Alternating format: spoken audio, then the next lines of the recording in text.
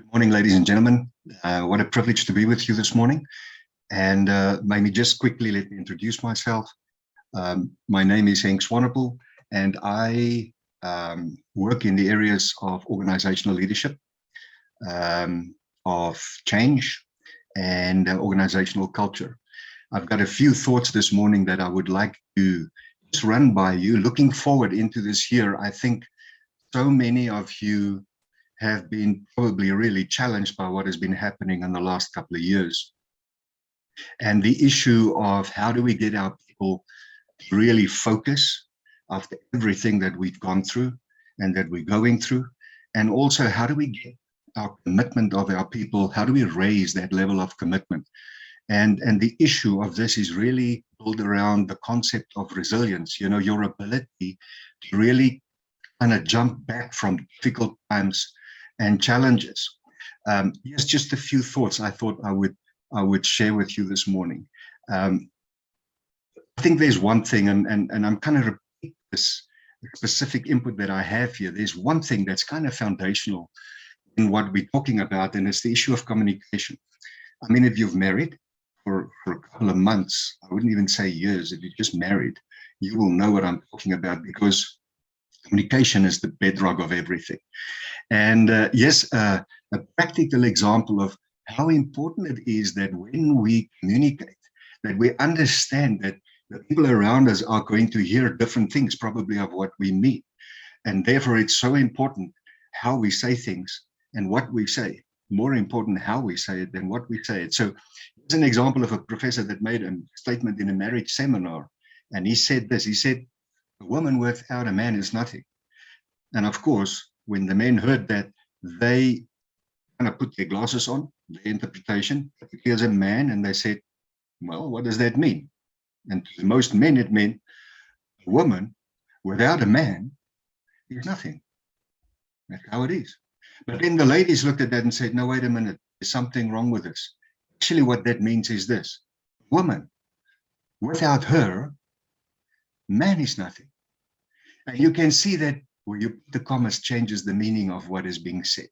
We do this every day with our families, in our marriages, with our children, in our companies, with our leadership teams, our employees. They all experience this kind of thing. And it's really important that we are aware that where we put the commas changes what people hear and what they understand by it. So we talk about how we change our perspective.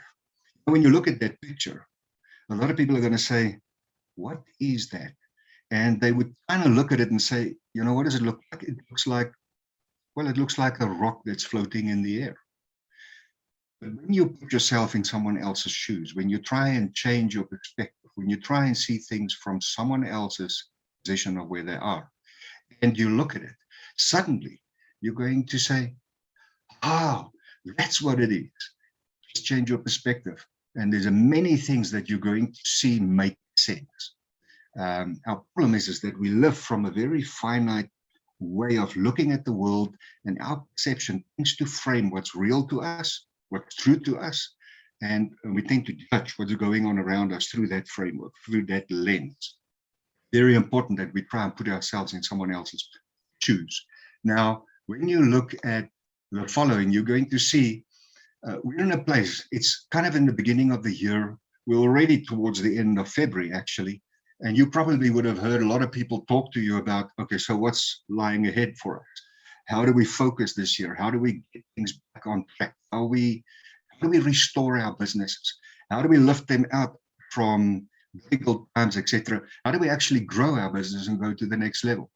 And it's really important that if you want to get to the next level, if you want to get to that next step, then you need to understand that there are certain things you're going to have to let go of. And I'm not yet only talking about technological things that you might have to, make some big changes on, but really, how your heart is set, what you believe, how your mind is set, how you think about things, the way that you speak. These are the kind of things that we tend to not always think about, because they are the intangible things. We tend to look at tangible things and we change this piece of technology. we change that business process. We want to bring a new policy in, and that has certain effects on the people.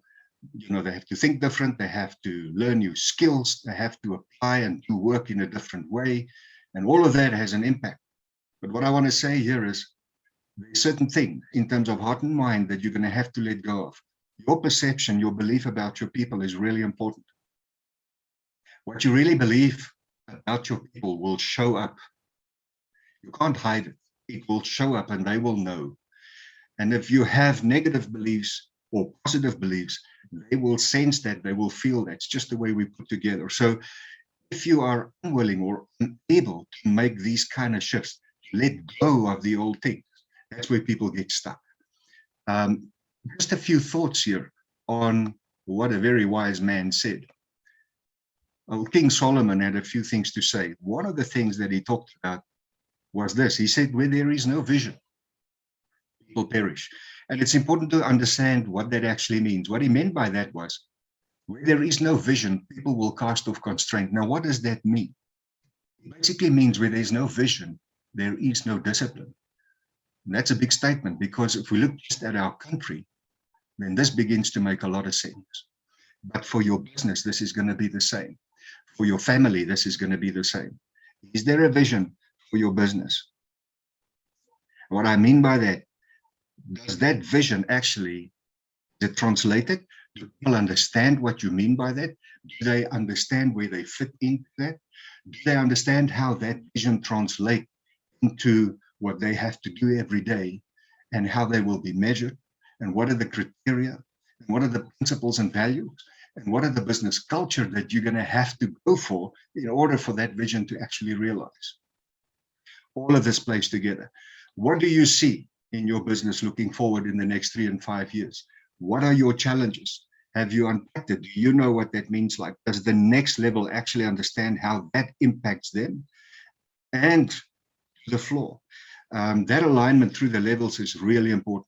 Also, what is the challenges that you face? What opportunities are inherently lying within it?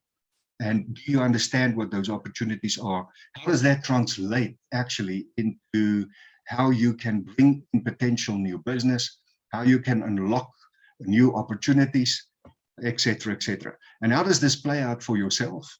You as the business owner, or as the CEO, or as the director, or a senior manager, or even a team lead, and even for the employee. I think this is really important.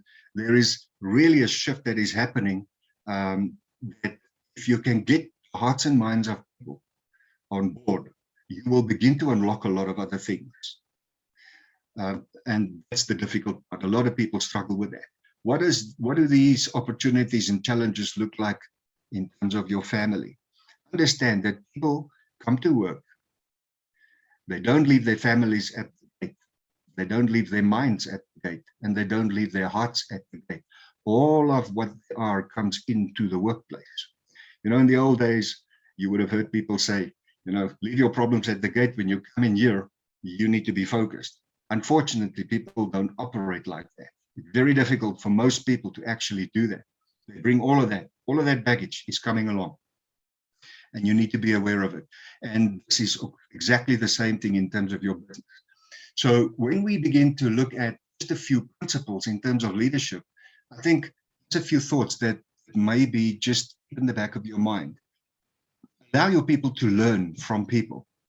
You learn from people, but never become them. Do not lose your uniqueness and your originality. It's really important that you keep a sense, and that your people keep a sense of who they are, why they are, and what it is that they can contribute, and that you build and develop them around that skill set, that heart and mindset. Leadership is about service. Just remember that. It's not really about position and authority. Well, I would say power, maybe more power than authority. Authority is different than power. It's about service. Leadership is not manipulation. It's more about inspiration. In other words, it's what you can unlock as a leader in the hearts and minds of people, so that they are willing, that they are more committed. But people only get more committed and willing when they can begin to understand how they fit into something, and how that actually contribute to solving problems and bringing more value. Leadership is not about pursuing people. This is important. Rather, it's about pursuing purpose. What is the purpose of your business? Does your leaders and your leadership team, are they clear on what the purpose of the business is? Is your leadership team clear about why they are there? And how individually they fit into that picture of how that gets done. And through the levels, is that clear? It's your passion for your purpose that begins to attract people. And you will find it wherever you find entrepreneurs that are really passionate about what they do. It's that passion that attracts people around them that want to be part of it. It's important to understand that the acid test for leadership really is not about how many people are following you. Rather, the acid test for leadership has to do with how many people are following those people that are following you. Because if you can bring the heart and mindset into the next level, and they can do the same, that's how you multiply your influence within the organization. It's impossible for you to work with 700 people or 300 people. You need those hands, those hearts and minds around you that are similarly focused in the same direction as you, and that has the ability to influence the next level. And your leadership, really, the asset of how you are doing on your leadership. How's the next level doing? The people that are following them, are they thinking, acting, and doing in alignment with what you want to see as the business leader? And that brings us to a few thoughts. I think some of you might know this. When you think of management, this is the kind of thing that will stand out. It looks more like management. And on the other side, what looks more like leadership. So management, in that environment, people tend to think about the position. It's more about what I need to do. It's the nuts and bolts. It's the logic that goes along with it. Whereas in the leadership environment, people will tend to think about the next generation. How do we take this thing and multiply it? How do we grow it? How do we expand it? How do we make it more? Where in management, it's more focused on here of what I can see, touch, and feel. Often it is like that. Where in leadership, it's more of a long-term view. You're going to think about the bottom line in management, and that is what management does. And it's not wrong. It's what they do. And you need that. Whereas when you go into the leadership function, you tend to stretch the horizon. You begin to look at what is that future that we can go to look like. Therefore, management tends to see the present, and leadership tends to look at the future. Where management, they tend to do the right things, or do things right rather, whereas in leadership, they're going to look to do the right things.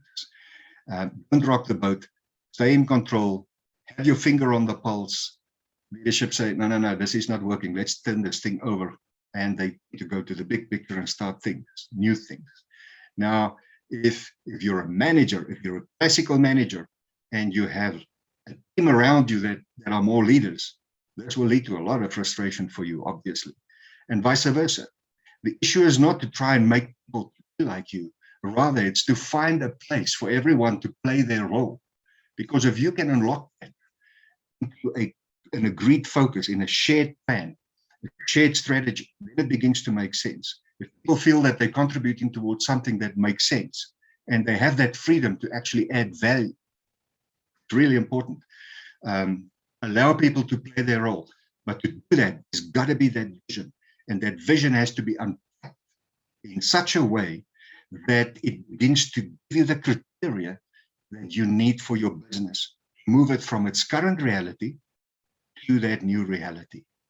Your current reality is made up of everything that you are doing and have been doing over the last couple of years. You didn't end up in your current reality by mistake. You managed yourself into that position.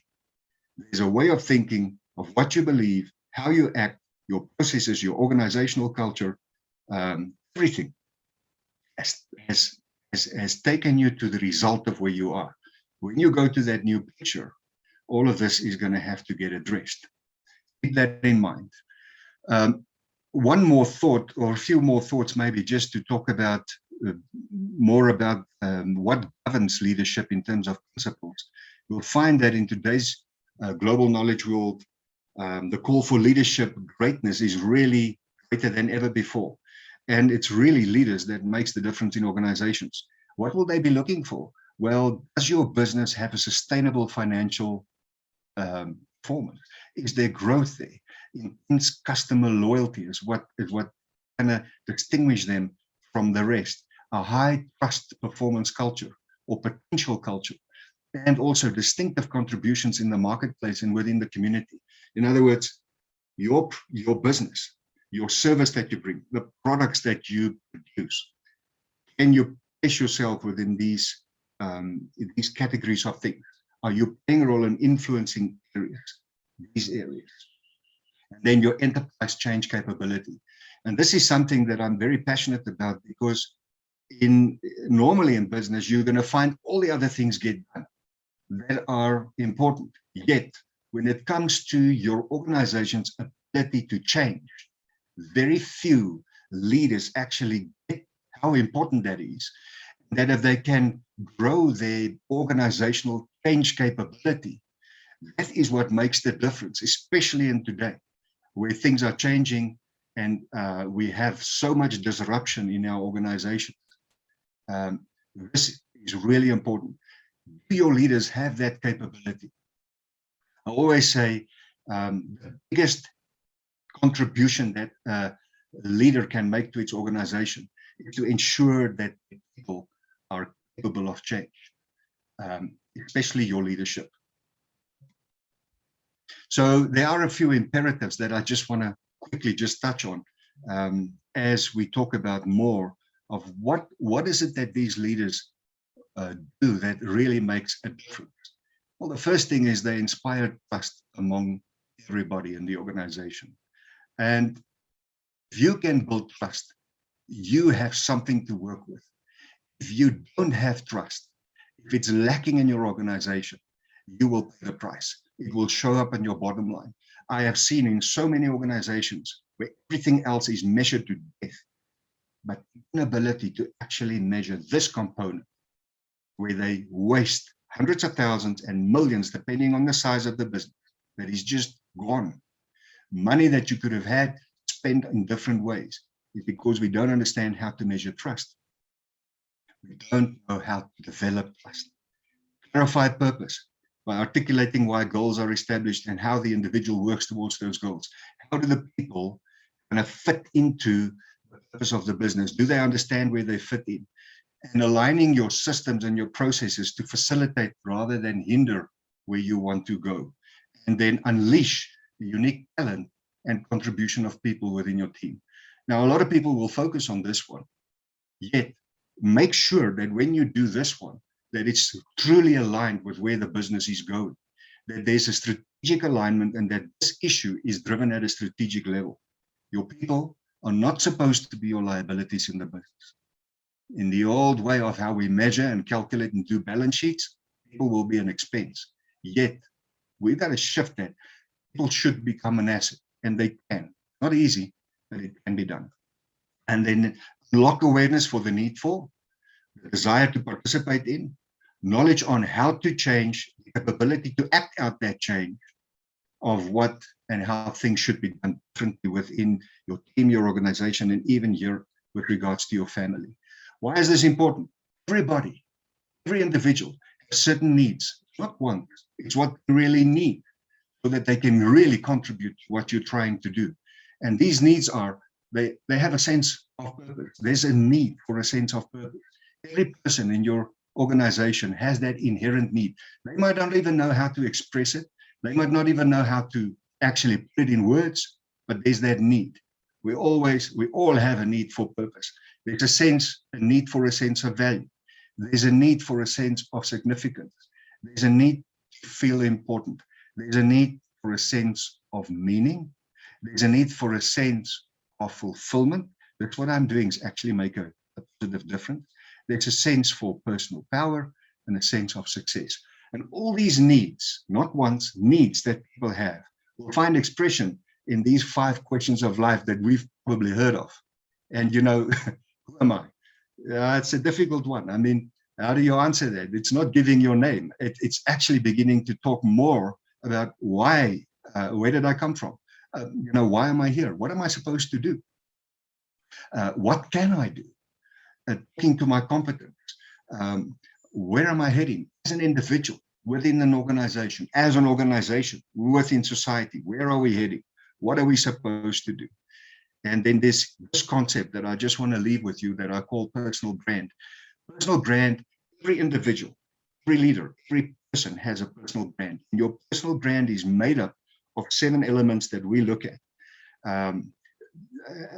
It kind of begins to speak about your unique design and how you contribute to solving problems in the world. Our problem is that very few people have developed this at a personal level, and therefore they kind of have a direction, but they're not clear. Your children needs this. Your children needs to see what this looks like, mom and dad. If this is not clear in the home, you will have children that will go to high school, university, and they will still not be clear on what it is they want to do. So personal brand as a solution to solve problems is a way that we can talk about more if you're interested in it. What are the 7 elements? Just very quickly. We talk about passion. It's what drives you. We talk about your gifting, what empowers you. We talk about vision. What do you see or who do you see? We talk about mandate. What is your authority? We talk about character. Who must you become? Now, I just want to make one comment here. I've seen so often that people discover gifting and they make gifting really the be and end all, whereas character is not really developed. You will see whenever someone discover their gift and they develop the gift, but their character is undeveloped. So this is their gifting and this is their character. This kind of person is the person that you will find use people, abuse people, will do whatever it takes to get at the top. Please ensure that you give character and character development the necessary focus that it needs. Whenever character, you need to make sure, even in your children, that you develop their character more than their gifting. Why?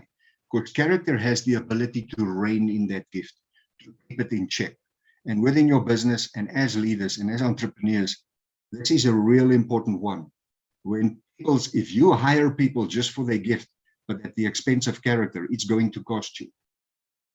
So whatever you do in terms of your personal development, there should be a focus on how do we raise the level of character in our organization. The next one would be competence, and that talks to what must I be capable of doing. So if I get an understanding of these areas of passion and gifting and vision and mandate, it begins to tell me what I should be developing myself in at a technical level as well. And then the last one talks about relationships, and that is who you're going to build with. And in marriage, this would be something else that talks more about intimacy. Understand your business, what is the change that you want to create? Can you define it? And at the highest level, can you define it? And the different levels understand what you mean, and can they define that change? And not only what is that change, but what opportunity does that change present? Do the people see that opportunity, and are they involved to participate in that? And then I want to end this off by saying, never underestimate the power of principles. Always build your business on principles over values. Let principles begin to predict the values rather than use personal values to try and build on. Personal values are changing all the time. However, principles are changeless, timeless, they are tested, and they set the foundation for your business. When you put your business foundation down, make sure that you put it down in such a way that you can build as high as you need to go. The same thing in terms of your personal life, the same thing in terms of your family, for your business and your friendships. Build it on sound principles. And at this point, I want to say change is inevitable. And you're going to have to do things to change yourself, to change your leadership teams, to change your family. There are things that you're going to have to do. Change is inevitable. But you should never, never make change happen at the expense of principles. And it therefore means understand what the principles are. so that you can work with it and so that it can work with you.